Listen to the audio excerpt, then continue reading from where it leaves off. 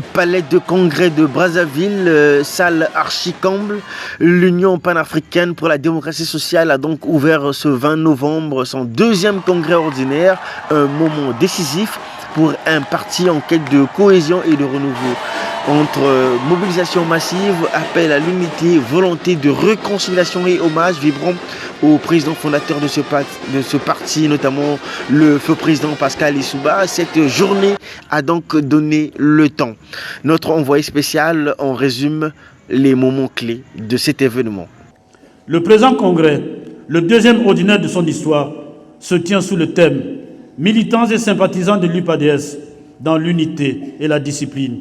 Fidèle aux idéaux du professeur Pascal Lissouba, rendons à notre parti son énergie conquérante pour un Congo nouveau. Notre engagement à le pérenniser, à le densifier, à défendre les idées de paix, de patriotisme et de progrès qu'il professe, en lui apportant bien sûr une fraîcheur.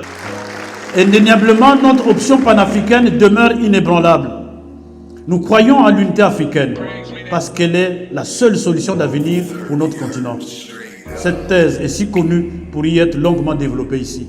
Voté au pouvoir par les urnes au cours des premières élections démocratiques de l'histoire moderne de notre pays, l'UPADS a pour vocation de rassembler les Congolaises et les Congolais du nord au sud, de l'est à l'ouest.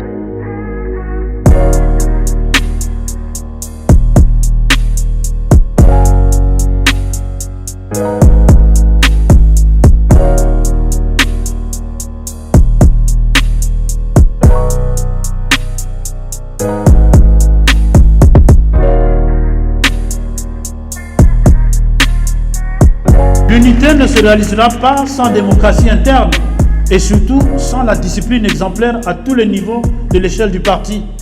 La modernisation passera notamment par la digitalisation, le renforcement des mécanismes de communication, la formation des cadres et militants, ainsi que par la prise en compte effective des thématiques nouvelles.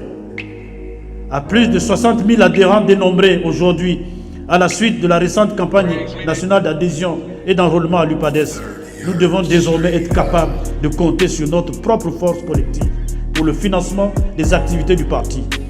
En somme, chers camarades, le sort de l'UPADS, parti du professeur Pascal Lissouba, est plus que jamais entre nos mains.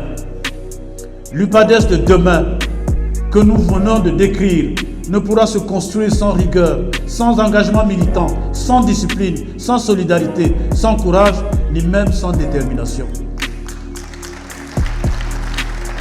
Saisissons cette opportunité que nous offre notre deuxième congrès ordinaire pour prendre ce nouvel élan, pour réaffirmer notre attachement à la vision et aux idéaux de Pascal Lissouba, pour rebâtir les fondations de la confiance du peuple et pour retrouver notre place de parti moteur sur l'échiquier politique congolais.